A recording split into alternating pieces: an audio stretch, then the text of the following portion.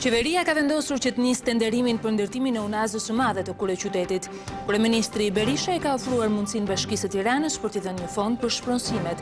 Reagon Bashkia, ne presim shpronësimet. Kthimi emigrantëve shqiptar për në vendet e tyre të punës në Greqi has si zakonisht me neglizhencën e doganierëve grek që punojnë me pak sportele. Për pasojë mira emigrant mund kalojnë natën jashtë në Kapshticë.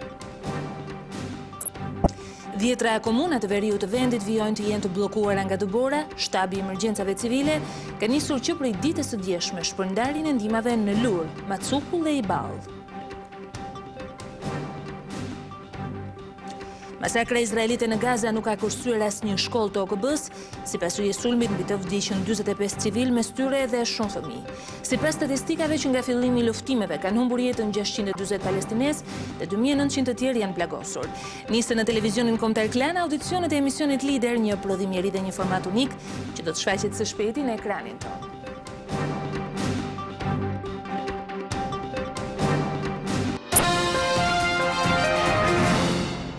Mbrëma të nderuar zonja dhe zotrinj, ju uroj të gjithëve mirëseardhjen në edicionin qendror të lajmeve në televizionin kombëtar Klan. Qeveria shqiptare ka vendosur të nisë tenderimin për ndërtimin e Unazës së Madhe në kryeqytet. Gjatë mbledhjes së sotme të Komitetit të Planifikimit të Strategjive, Kryeministri i vendit Berisha i ka ofruar një mundësi Bashkisë së Tiranës me një fond për shpronësimet. Por më tej kreu ekzekutivit ka shtuar se performanca aktuale fiskale e Bashkisë nuk e krijon asaj mundësinë për marrjen e një kredie për ndërtimin e një vepre të tillë. Detajt i sjell kronika. Brenda këtij viti do të fillojë zbatimi i projektit për ndërtimin e Unazës së Madhe të kryeqytetit. Qeveria ka marrë për Berisha performanca e mjerueshme fiskale e Bashkisë së Tiranës nuk e lejon atë të mund të marrë kredi nga bankat e nivelit të dytë për të realizuar detyrimin që ajo ka për të vënë në jetë këtë projekt me vlerë afro 300 milion euro. Unaza e Madhe e Tiranës është një domosdoshmëri për kryeqytetin. Shanset e Bashkisë për të bërë elektabel e zgjedhshme për kredi janë minimale. Mbasi performanca e saj fiskale është e mjerueshme. Sipas kësaj performance, llogaritet që ajo mund të shtyejë një kredi së paku në 125 vjet minimumi. Çka nuk ka institucion bankar dhe institucion financiar që mund të ofrojë kredi me një afat mbi një shekullor. Ministria e Punëve Publike do të marrë përsipër tenderimin sa më të shpejt dhe fillimin e punimeve. Do të zhvilloni negociata me Bashkinë, qofse u del zot, qofse ka financimin. Në rast se nuk ka financimin, ne do e ndërtojmë. Kryeministri Berisha deklaroi se ndërkohë është gati në dispozicion të Bashkisë së Tiranës fondi për shpronësimin e pronarëve që do të preken nga ndërtimi i Unazës së Madhe. Ne, konform premtimit të dhënë për shpronësimin, do të bëjmë menjëherë disponibël fondin e shpronësimit. E ndërkohë ka reaguar Bashkia e Tiranës nëpërmjet nënkryetarit të saj, zotit Eduard Shalsi. Sipas tij, Bashkia e ka gati projektin, e ka marrë miratimin e donatorëve dhe prej muajsh pret shpronësimet. Ne kemi bërë gati projektin për këtë segment të Unazës. Ndërkohë që ne kemi marrë miratimin paraprak nga Banka Evropiane për Ndërtim dhe Zhvillim për kredin. Ndërkohë që ne kemi marrë miratimin e Këshillit Bashkiak. Ndërkohë që nga prilli i vitit kaluar jemi në pritje që qeveria të bëjë detyrën e saj ligjore për të garantuar fondin e shpronësimeve. Ministri i Transporteve zoti Sokol Oldashi ishte i ftuar mbrëmë në emisionin Opinion të gazetarit Blendi Fevziu, ku i përgjigj pyetjeve të gazetarëve lidhur me çështjet e infrastrukturës në vend. Ai bëri me dije se shumë shpejt me 4 korsi do të jenë 2 segmente të rëndësishme, Fushkruj Milot e Milot Rëshen. Po ashtu ministri i Transporteve garantoi se autostrada Durrës-Kukës do të jetë gati brenda muajit qershor. E ashtë të quajtura superstrada e vdekjes nuk do të jetë më burimi i përditshëm aksidentesh. Shumë shpejt kjo rrugë tepër e rëndësishme që lidh veriun e vendit me kryeqytetin do të bëhet me 4 korsi. Rruga Fushkruj Milot dhe zgjatimi i saj deri në Rëshen do të ketë një pamje moderne. Segmenti fushë Kryeministri konsideruar si mjaft i rrezikshëm pasi ka një numër rekord aksidentesh, është menduar t'i jepet një pamje që meriton. Kështu ka deklaruar mbrëmë në emisionin Opinion Ministri i Transporteve Sokol Ulldashi. Ky segment që thoni ju është ndarë në 3 lote. Loti i parë është Milot Skure, loti i dytë është Skure Rubik dhe loti i tretë është Rubik Rëshen. Ky financuar nga Banka Botërore dhe është financuar me dy korsi. Në bashkëpunim me projektuesit dhe me mirëkuptimin e bankës, ne kemi bërë optimizimin e projektit. Gjë që do të thotë që me të përfunduar realizimin e kësaj, ne do të fillojmë ndërtimin e 2 korsive tjera për ta bërë të gjithë segmentin me 4 korsi. Dhe ndërkohë i kemi dhënë vetes komoditetin që projektin ta kemi të optimizuar për të na lejojë që të shtojmë 2 korsi pa pasur reperkusione nga Miloti dhe deri në Morinit. Ka 2 segmente të vogla që janë në rrisk, por unë besoj prapë që do të arrihen afate. Rruga e re jo vetëm që do të jetë me 4 korsi, por do të ketë edhe trafik ndarse betoni. Gjithashtu në projekt është menduar edhe për rrugët dytësore, të cilat janë rreth 1000 në këtë aks, dhe që kanë qenë në jo pak raste burim aksidentesh. Në emisionin Opinion, Ministri i Transporteve dha edhe një herë garanci se autostrada Durrës-Kukës do të përfundoj brenda muajit qershor. Segmentet nga Morini deri në Kukës janë 100% sigur që përfundojnë në afat. Segmenti Rëshen-Kalimash përfundon, 2 lotet e para të nga Miloti deri në Rubik është e sigurt që përfundojnë. Segmentet e vetme që thashun që kanë një risk, por që do bëjmë të pamundur për të mbyllur në afatin e dur, është ky 5 kilometrash dhe segmenti Rubik-Rëshen. Janë lidhur kontratat për dublimin e rrugës nga Miloti deri në Thuman si fillim dhe do të vazhdojmë gjatë muajve të parë të vitit nga Thumana drejt Tiranës. Ishin këto garancitë e Ministrit Ulldashi në lidhje me segmentet të rëndësishme rrugore në vendin tonë. Ndalemi te kthimi i emigrantëve në vendet ku jetojnë edhe punojnë kryesisht në fqinjen tonë jugor në Greqi, i cili has gjithmonë pra ky kthim me neglizhencën e doganierëve grek që punojnë me më pak sportele. Dhe nga kjo gjë mundet që mijëra emigrantë të kalojnë natën jashtë në mes të ftohtit në Kapshticë. Radhë të gjata në doganën e Kapshticës ka patur gjatë gjithë mbrëmjes. Vargu i rreth 1000 makinave të emigrantëve që kthehen në Greqi shkon deri në 4 kilometra. Shqiptarët kanë nga 2 deri në 6 orë që presin për të kaluar në anën tjetër të kufirit. Pala greke po punon me 5 sportele, por duket se nuk ja ka dalë. Burime nga dogana shqiptare thonë se arsyeja e radhës së gjatë është fluksi i madh dhe i papërballueshëm, ndërsa emigrantët janë të shqetësuar nga pritja e gjatë. Ky fluks i madh udhëtarësh shpjegohet edhe me arsyen se shkolla në shtetin Helen nis me datën 8 janar. Spitali i Bilishtit me autoambulancën e tij është i pranishëm për të ardhur në ndihmë për probleme të mundshme me shëndetin e udhëtarëve, të cilët po qëndrojnë në pritje në temperaturë -4 gradë Celsius. Mësohet se i është dhënë përparësi udhëtarëve me fëmijë dhe të sëmurëve. Veriu i vendit vijon të ketë probleme lidhur me disa komuna të bllokuara nga të bora megjithse rreshjet kanë pushuar. Në disa prej tyre sot kanë mbritur edhe ndihmat e para me anë të helikopterëve të shtabit emergjencave në Ministrinë e Brendshme. Ndiqim pamjet. Ndërsa 10 komuna mbeten të bllokuara nga dëbora në veri të vendit, për banorët e këtyre zonave ka nisur shpërndarja e ndihmave. Helikopterë të shtabit e emergjencave civile pranë Ministrisë së Brendshme kanë mbërritur në 2 zonat më problematike, atë të Lurës në Dibër dhe Matsukullit në Mat.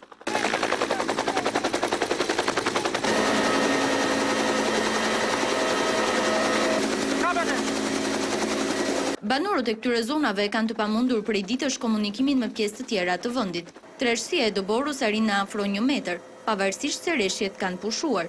Ngricat gjithashtu i bëjnë të pakalueshme rrugët e këtyre zonave të thella malore.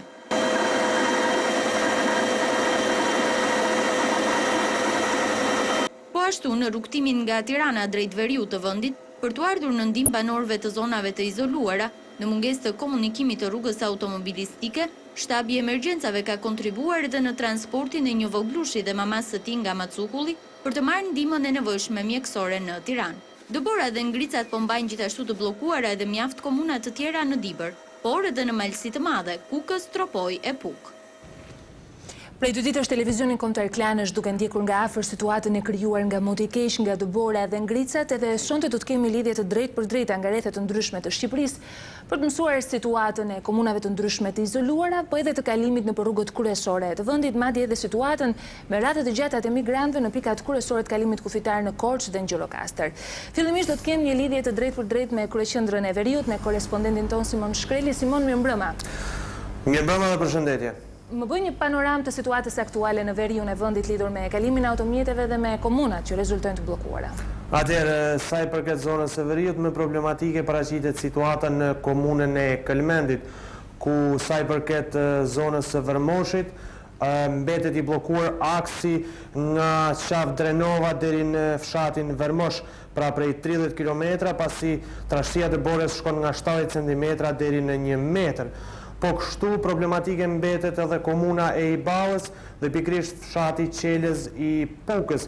Ndërkohë problematike mbeten edhe fshatrat e zonës së Dukagjinit dhe pikërisht aksi që lidh Shkodrën me Dukagjinin.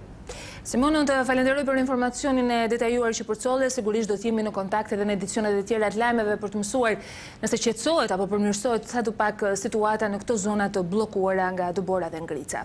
Do të vim në zemër të Shqipërisë, në Elbasan, korespondenti ynë Fatos Salliu do të na informoj lidhur me situatën e krijuar në këtë zonë, pra në fshatrat dhe komunat përreth, por edhe në lëvizjen e automjeteve nëse ka probleme. Fatos, mirëmbrëma. Mirëmbrëma, Sonila.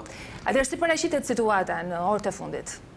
Atëherë vazhdon të mbetet problematike situata në disa zona të nënprefekturës së Librazhit.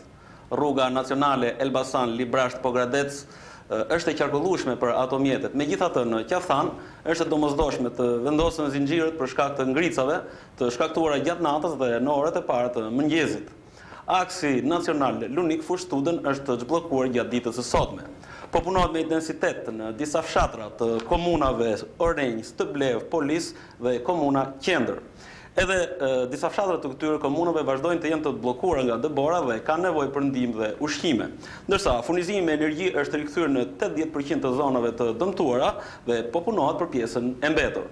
Pra, si gjendja emergjente do të kalojë shpejt nëse nuk do të kemi rikthim të rreshjeve. Po, Fatos, mbetemi me syt nga qielli, po lajmë mirë që sidoqoftë edhe rikthimi i energjisë elektrike dhe puna që po bëhet. Do të zhvendosemi tashmë gjeografikisht në juglindje të vendit në Korçë, ku na pret korrespondentja jon Daniela Azisi me një lidhje të drejtë për drejtë për aty. Daniel, mirëmbrëma. Mirëmbrëma dhe përshëndetje. Atëherë nuk e di nëse e kam lidhjen me korrespondenten ton. Mirëmbrëma, Daniel. Mirëmbrëma, Sonil. Atëherë mirë se vjen sërish në edicionin qendror të lajmeve. Sigurisht në Korçë situata është më problematike për shkak edhe të lajmeve që dham gjatë edicionit informativ, edhe për shumë emigrantë shqiptar të bllokuar në pikat që lidhen me këtë zonë. Mund na japësh një informacion më të zgjeruar? Atëherë mund themi se sot situata në rajonin e Korçës ka qenë tërësisht normale, të gjitha akset nacionale që lidhin Korçën me qytetin e Pogradecit, me Ersekën dhe me doganën e Kapshticës kanë qenë të hapura dhe të kalueshme në mënyrë normale. Edhe në ato segmente ku ka pasur vështirësi për shkak të ngricave dhe të akullit, nga ana e drejtorisë rrugëve nacionale është punuar për kriposjen dhe për hedhjen e skorjeve dhe rrugët janë të kalueshme dhe pa probleme. Më problematike paraqitet dhe më e vështirë situata e qarkullimit të mjeteve në disa akse rurale që lidhin Korçën me disa zona turistike, si për shembull rruga Korçë-Dardh, Korçë-Vitkuq, Korçë-Voskopoj dhe Korçë-Liçenas, ku kalimi i mjeteve është i detyrueshëm me zinxhir. Por sot rajoni Korçës është përfshirë dhe nga temperatura mjaft ulta. Sot termometri ka shënuar -4 gradë Celsius, çfarë ka sjellë vështirësi sidomos për emigrantët që tentojnë të kalojnë kufirin dhe të kthehen në vendet e tyre ku jetojnë dhe punojnë dhe që janë bllokuar në pikën doganore të Kapshticës prej orës 2 të pasdites, pasi fluksi kanë qenë shumë i madh dhe nga ana e doganës greke janë vënë në dispozicion të kalimit e emigrantëve vetëm 5 sportele, por ky numër duket se ka qenë i pamjaftueshëm për të përballuar këtë fluks kaq të madh. Më e vështirë ka qenë për fëmijët dhe për gratë, sidomos për njerëzit të cilët kanë pasur edhe probleme shëndetësore, dhe prandaj nga ana e Spitalit Bilishtit janë vënë në dispozicion edhe 2 auto ambulanca për çdo të papritur që mund të ketë dhe që mund të sjellin edhe temperaturat e ulta, por edhe pritje dhe pafund. Po sa parashikohet të zgjasë pritja, Daniela, në këto kushte? Ndoshta emigrantët thonë që ndoshta deri në mesnat do të duhet presin.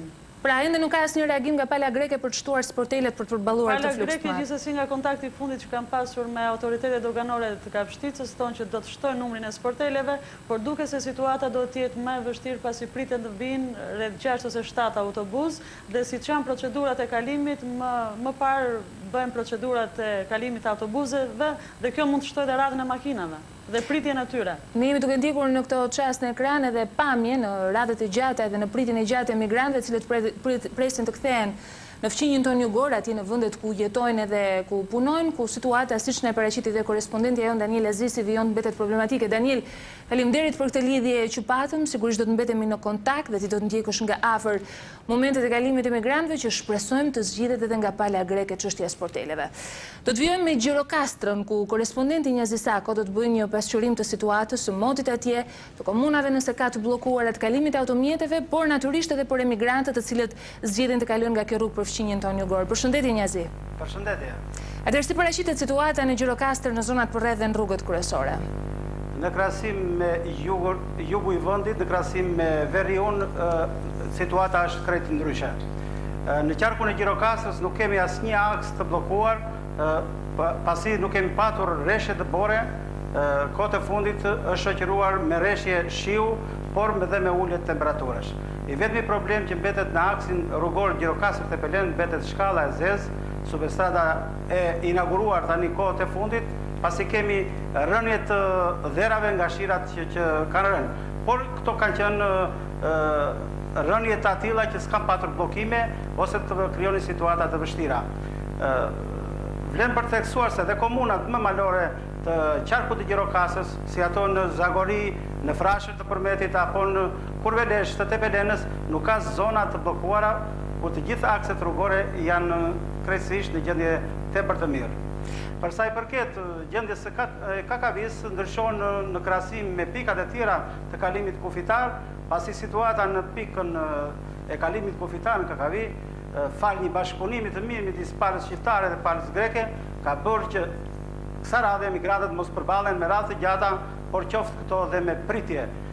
Pasi pala shqiptare po punon me 8 sportele, ndërsa pala greke me 5 sportele.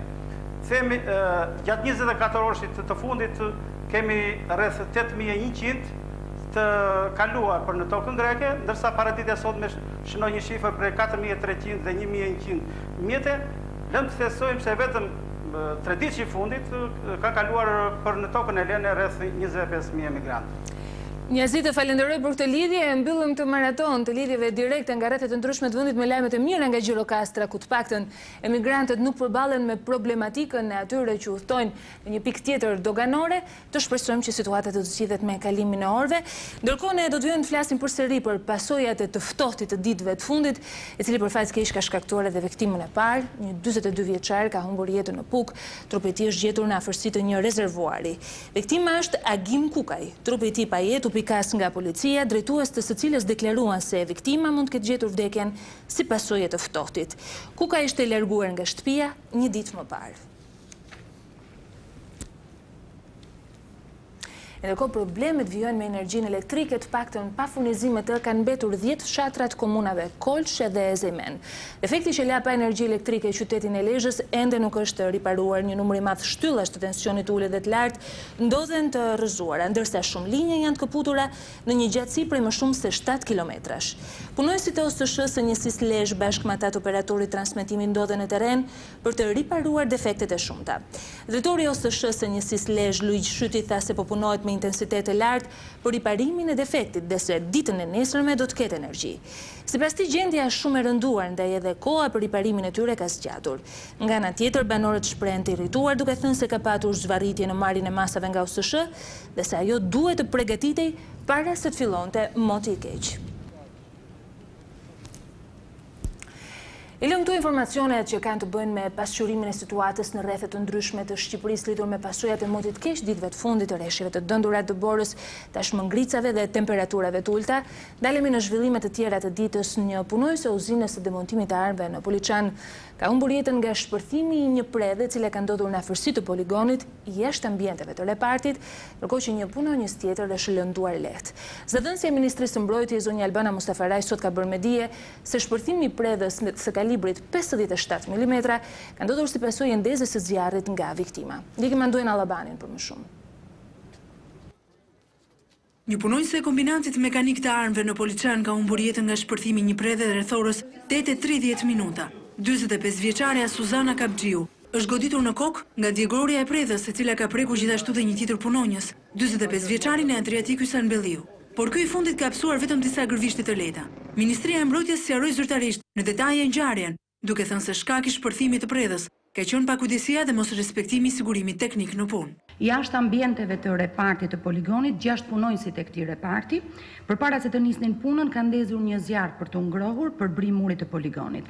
Për ndezjen e këtij zjarri, ata kanë përdorur mbeturinat e ambalazheve të djegoreve dhe si shkak i këtij zjarri, një elementi, një gote të djegores të kalibrit 57 mm ka shpërthyer duke goditur rënd punonjësen Kapxhiu në kokë në pjesën ansore të saj. Ajo është shoqëruar me njëherë drejt spitalit të Poliçanit, por fatkeqësisht ka gjetur vdekjen gjatë rrugës për në spital. Sipas informacioneve të para të ardhura nga drejtoria e kombinatit të Poliçanit, në këtë repart kryhej që prej vitit 2004 çmontimi i djegoreve të shtimjeve të kalibrit 57 mm. Ky proces kryhej nga punonjësit Krenar Hysi, përgjegjës Poligoni, Luan Koroni, Suzana Kapçiu, Burbuqe Sulçe, Adriatik Hysenvelliu dhe Edmond Lulaj. Për një muaj, punonjësit e këtij poligoni ishin duke pastruar territorin nga mbeturinat e demontimit të armëve, proces ky që kryhet prej 4 vitesh në këtë repart. Punonjësit, sipas Ministrisë së Mbrojtjes, kishin një eksperiencë prej 15 vitesh në këtë punë. Ky dikaster konfirmoi gjithashtu se në uzinë nuk kryhej demontim prej një muaji. Një grup ekspertësh nga kjo ministri, prokuror dhe policia, po punojnë për të zbardhur të tjera rrethana të plota të këtij aksidenti.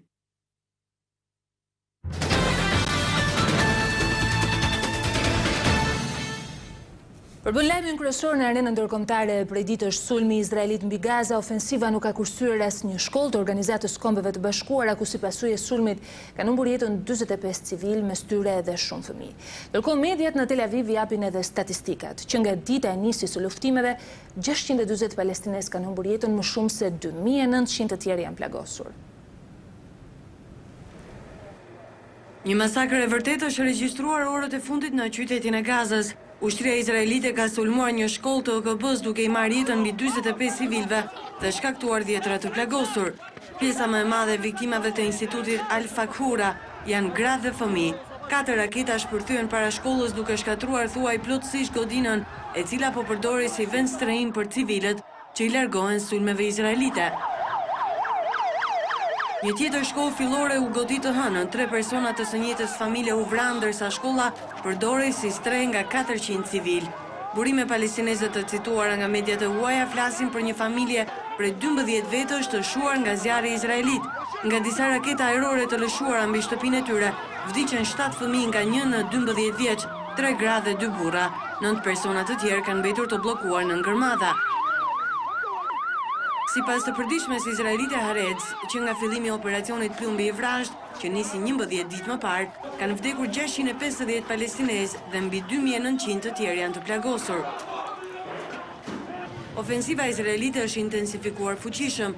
Trupat toksor kanë bërritur në Khan Yunis, një bastion i Hamasit në jug të rripit të Gazës, duke kërkuar si kush për armëpushim mos furnizimin e grupit integralist me municione. Ndërsa forcat e Tel Avivit kanë rrethuar qytetin që ka një popullat prej gjysmë milioni njerëzish, diplomatë europian kanë intensifikuar përpjekjet e tyre për gjetjen e elementeve për një pushim zjarri të menjëhershëm. Kryeministri izraelit Ehud Olmert i tha presidentit francez Nicolas Sarkozy se vendi i tij don një zgjidhje të plotë të konfliktit dhe jo një armëpushim që do t'i lejonte Hamasit të fuqizohej. Por për Shtetet e Bashkuara dhe të gjithë komunitetin ndërkombëtar ka ardhur koha që në Gaza armët të heshtin.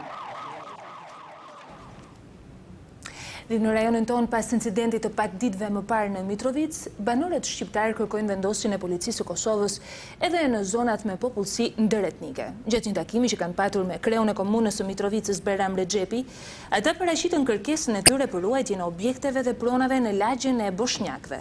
Kreu i komunës e mirëpriti kërkesën e tyre dhe premtoi se do t'i paraqitet Ministrisë së Brendshme për miratim. Zoti Rexhepi premtoi gjithashtu se qeveria e Kosovës do të bëjë gjithçka për të mbrojtur popullsinë civile, jo vetëm shqiptare, por edhe pronat e tyre. Ashtu sikurse banorët edhe Rexhepi ka pranuar se struktura paralele serbe po krijojnë qëllimisht incidente në veri të Mitrovicës.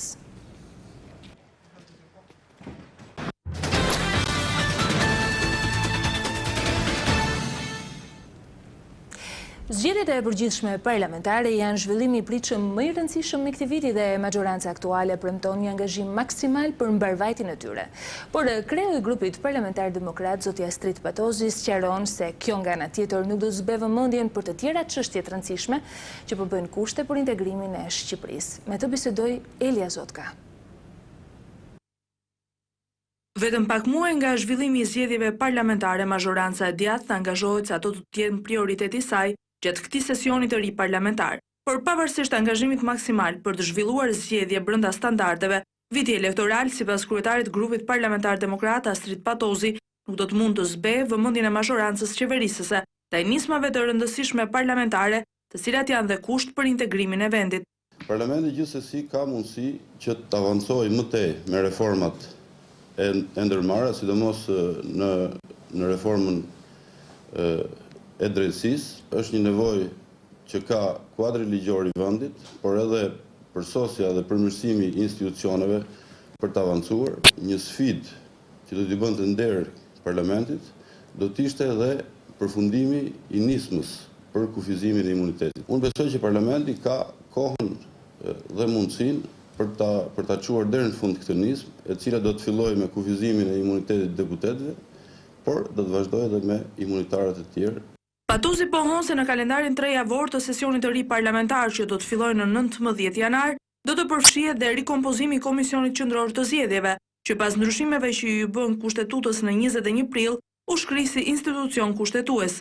Megjithatë, ai nuk jep detaje nëse demokratët i kanë gati propozimet për 2 antarët që i takojnë, si dhe kryetarin i cili zgjidhet po ashtu me propozim të majorancës. I rezervuar, Patozi është treguar edhe në lidhje me strategjitë që Selia Blu po përgatit për të dalë në zgjedhjet parlamentare të 2009-s, ku pretendon të fitojë një mandat të dytë qeverisës.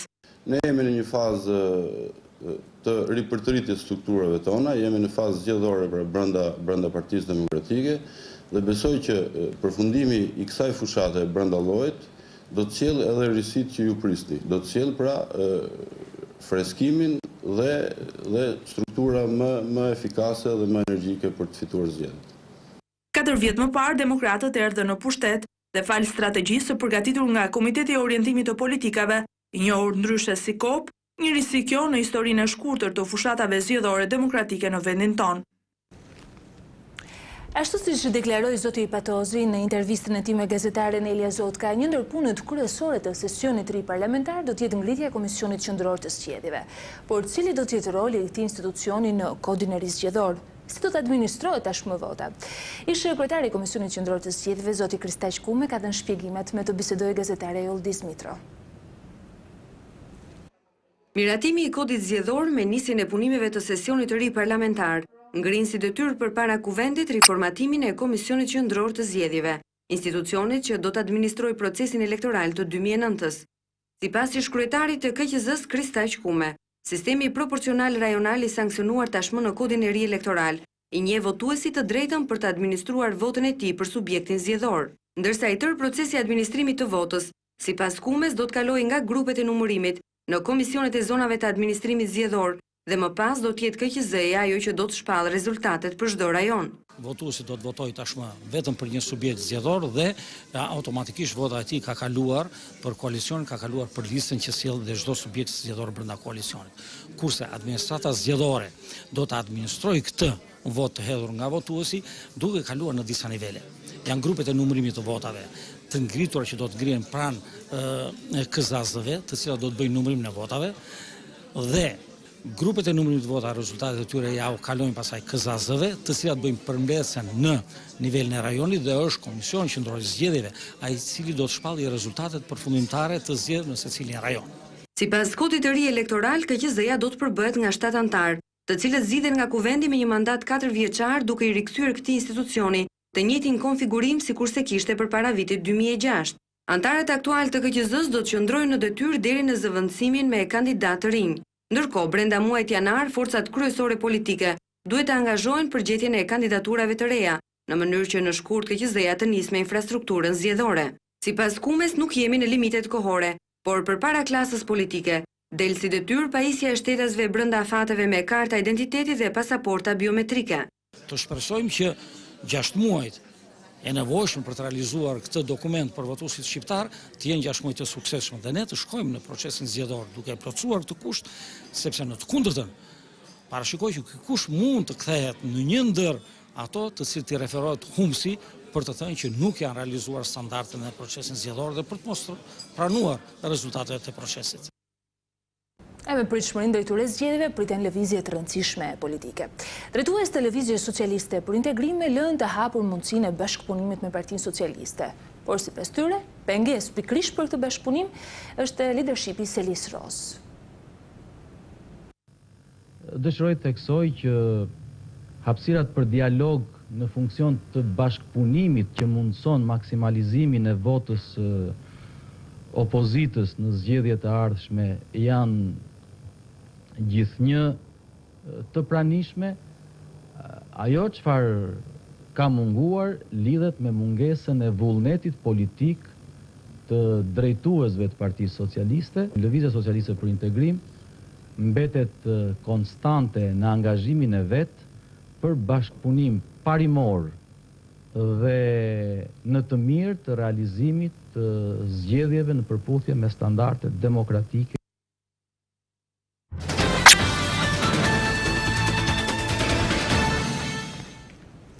Tashmë është fakt, prej mbrëmjes së shkuar, Europa nuk furnizohet me gaz nga Rusia pas mosmarrëveshjeve midis Kremlinit dhe Kievit. Në këtë mënyrë Ukraina i ka mbyllur rubinetet e gazit duke ndërprerë furnizimet për gjithë vendet, gjë kjo e cila ka shqetësuar pa mas Brukselin. Ukraina i ka mbyllur rubinetat e gazit që furnizon Europën si pasojë e mosmarrëveshjeve të saj me Rusin. Kompania gaznxjerrëse ruse Gazprom ndërpreu furnizimin e Ukrainës më 1 janar, mes akuzave se ky vend ka përvetësuar në mënyrë të paligjshme më shumë se 65 milion metër kub gaz. Pasojat janë ndjerë menjëherë në vendet e Europës qendrore dhe lindore.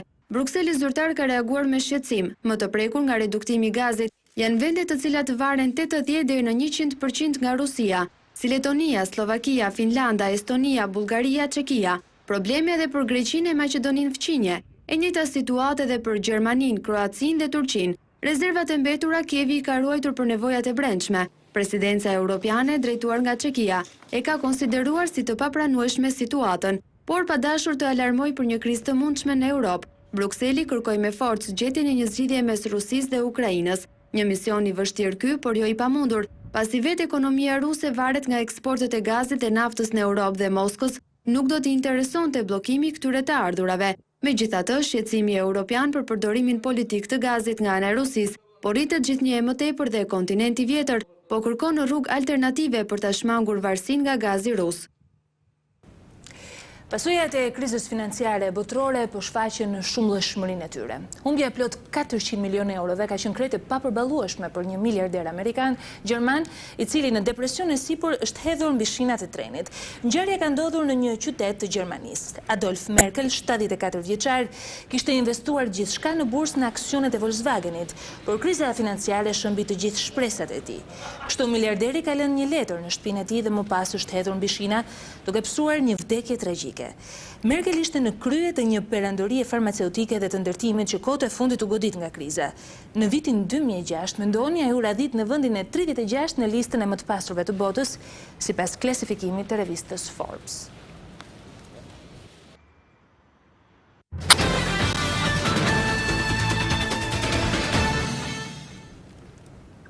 Instituti i Studimeve dhe Kujdesit Shëndetësor do të lidh kontratat me të gjithë spitalet brenda 3 muajve. Në këtë mënyrë, të gjithë të siguruarit do të përfitojnë shërbimet mjekësore falas, por nga ana tjetër të pasiguruarit do të paguajnë për çdo lloj shërbimi me përjashtim të urgjencës. Do të duhen vetëm 3 muaj që Instituti i Sigurimeve të Kujdesit Shëndetësor të lidh kontratat me të gjitha spitalet e vendit. Në këtë mënyrë të siguruarit do të marrin çdo shërbim mjekësor falas, ndërsa të pasiguruarit do të paguajnë për të gjitha shërbimet me përjashtim të urgjencës. Instituti i Sigurimeve dhe Kujdesit Shëndetësor do të lidh kontrata me çdo spital brenda marsit të 2009-s. Kontratat do të zbatohen shërbimet që realisht ofrohen në spitale në momentin e lidhjes së kontratës dhe aty do të përcaktohen detaje shumë të rëndësishme për sa i takon për llogaritjes së kostove. Kjo reformë i hap rrugën matjes reale të shërbimeve dhe një transparencë në sistemin shëndetësor. Pacienti në këtë moment që po flasim do të përfitojë faktin që spitalet do të kenë më shumë barna. Gjatë këtyre 3 muajve do të identifikohet edhe shifra e saktë e borxheve të bartura prej vitesh nga spitalet. Më pas, Qeveria do të përcaktojë mënyrën se si do të shlyhen këto borxhe. Futja e spitaleve në skemën e sigurimeve shëndetësore u siguron atyre autonomi financiare, që do të thotë se spitalet do të menaxhojnë vetë parat për medikamente. Me këtë skemë të re, në rast se këto fonde nuk shpenzohen, ato nuk digjen më si më parë, por mund të kalojnë për përdorim në një fazë tjetër. Nisë në televizionin kombëtar Klan audicionet për emisionin Lider, një prodhimiri me një format krejt unik, e cili do të shfaqet së shpejti në ekranin tonë. Dhe pas audicioneve nis faza e dytë.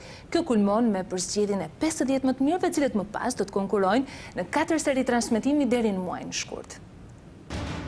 Filluan audicionet. Nisën në televizionin kombëtar Klan audicionet e emisionit Lider, një prodhimiri me një format unik që do të shfaqet së shpejti në ekranin ton. Prej orës 10 të paradites, shumë të rinj janë paraqitur në dyert e televizionit Klan për të qenë pjesë e këtij audicioni që zgjat 2 ditë. Aplikantët, shqiptar brenda dhe jashtë kufive, janë të moshës nga 18 deri në 35 vjeç dhe nuk janë vetëm student, por edhe pedagog fakultetesh që synojnë të jenë pjesë e Lider. Mendoj se të jesh lider duhet kesh normalisht disa aftësi kryesore dhe besoj se ndër të parat është të jesh i aftë në të organizuar, në të artikuluar dhe për më tepër të jesh bindes se të tjerët. Mendoj se janë aftësi të cilat unë i sotroj. Mendoj se fare mirë mund të luftoj me këto aftësi që kam dhe mendoj se mund të janë fare mirë një lideris të nesërmes. Është një mundësi të marrësh pjesë në këtë reality, është një mundësi për të shtuar mundësi vetes në kapacitet edhe në marrje informacione dhe gjithçka tjetër që ndihmon që nëse ti je një lider sa i mirë për këtë vend, edhe nëse nuk e fiton në reality. Mendova se cilat janë karakteristikat e mia më të forta që i shërbejnë një lideri në të ardhmen. Dhe mendoj që këto karakteristika kanë të bëjnë konkretisht me një personalitet të lindur dhe mendoj që aftësia ime më e fortë është vullneti për të punuar në mënyrë të ndershme. Sapo përfundoi audicioni yt, mund të më thuash si shkoi? Atëherë mendoj se shkoi shumë mirë, juria ishte shumë dashamirëse, shumë mikpritëse dhe unë thash atë çka mendoja dhe isha vetvetja në të gjithë pjesën. Kam një eksperiencë 5 vjeçare në një forum politik dhe besoj se e kam marrë formimin e parë për të qenë një lider në të ardhmen. Gjatë audicioneve, përveç drejtorit editorial të emisionit mentor Nazarko, konsulentët nuk janë gjithmonë të njëjtit, duke i lënë vendin njëri tjetrit. Njëri prej tyre, Ermal Hasimja, tregon se prurjet janë të mira dhe gjithë secili ka të veçantat e tij. Personalisht jam i befasuar. Të paktën më sa kam parë, deri më sot jam i befasuar me prurjet. Po shoh një lloj dëshire për të marrë pjesë, në fakt përveç kësaj dëshire kombinuar me cilësinë atyre që vinë për të kandiduar. Gjë që është shumë e mirë sepse garanton në një farë mënyrë pastaj cilësinë e emisionit dhe vetë suksesin e tij. Spikator deri në këtë moment ndonjë talent le të themi këtë fushë. Talentet tani nuk është të shfaqen gjithë më njëherë, sepse duhet kalojë një farë periudhe, por ajo që shoh një potencial shumë mirë, me thënë vërtetën. Konsulentët tjerë janë Donika Çapi, Belina Budini, Ulpiana Lama e të tjerë. Pas audicioneve, faza e dytë do të kulmojë me përzgjedhjen e 50 më të mirëve, të cilët do të konkurrojnë deri në muajin shkurt përgjatë 4 serive transmetimi. Nga seleksionimi do të dalin 16 finalistët, të cilët do të jenë pjesë e fazës përfundimtare të emisionit Lider. Sepse lider mund të jesh edhe ti. Dhe ëndra mund bëhet realitet në Klan. Ndërkohë besimtarët ortodoks dhe katolik kanë festuar sot ditën e ujit të bekuar. Në rrethet të ndryshme të vendit, siç është traditë, është organizuar ceremonia e hedhjes së kryqit në ujë. Besimtarët ortodoks dhe katolik në të gjithë Shqipërinë festuan 6 janarin ditën e ujit të bekuar. Sipas Biblës, kjo ditë përkon me mbrëmjen kur 3 dietarëve ju shfaq në qiell ylli i cili paralajmëronte lindjen e Jezu Krishtit. Besimtarët kanë sfiduar temperaturat e ulta dhe janë zhytur në ujë për të gjetur kryqin, sipas të cilëve. Ky rit shërben për të shëruar shpirtrat e trupin. Në qytetin e Durrësit, 4 persona janë hedhur në ujin e ftohtë të detit për të pritur hedhjen e kryqit nga hirësia At Nikolla. Edhe në qytetin e Korçës janë kryer ritet në ditën e ujit të bekuar. Mitropoliti i Korçës, Imzot Joani, ka mbajtur meshën e rastit në qendër të qytetit në praninë e qindra besimtarëve. 27 vjeçari Olga Ertona ka qenë njeriu me fat, i cili ka kapur kryqin e hedhur. Në Elbasan kryqi është gjetur për të tretin vit nga besimtari musliman Julian Luli, por ndryshe nga qytetet e tjera, në Elbasan besimtarët janë ndarë në 2 grupe, pasi janë hedhur 2 kryqe. Kryeqytetit ruhet nga atë Nikol Marku, prifti kishës Shënmëria, e njohur për divergjencat që ka me kishën ortodokse të kryesuar nga Janullatus. Edhe e kryqit apo dita e ujit të bekuar është festuar edhe në Gjirokastër, por moti ftohtë dhe ngritja e nivelit të lumit të Drino ka bërë që asnjë nga besimtarët të mos hidhet. Pas së rritit të hedhjes së kryqit, besimtarët i drejtohen kishës për të marrë ujë të bekuar, të cilin e mbajnë gjatë gjithë vitit në shtëpi dhe pihet sa herë kur ata janë sëmurë. Me këtë renditje në të mbyllim dhe edicionin qendror të lajmeve në televizionin kombëtar Klan, ku një alternativ tjetër informimi keni klikimin në faqen e internetit tvklan.tv, mund të njihni me informacionet në kohë reale, por mund të ndiqni live online 24 orë dhe programacionin e ngjeshur të televizionit tonë. Ftoj që pas pak t'jeni në shoqërinë e Nkeldemit e Kutia e në orën 22 mos mungoni me Blendi Fevzion Opinion. Bashkë më pafshim.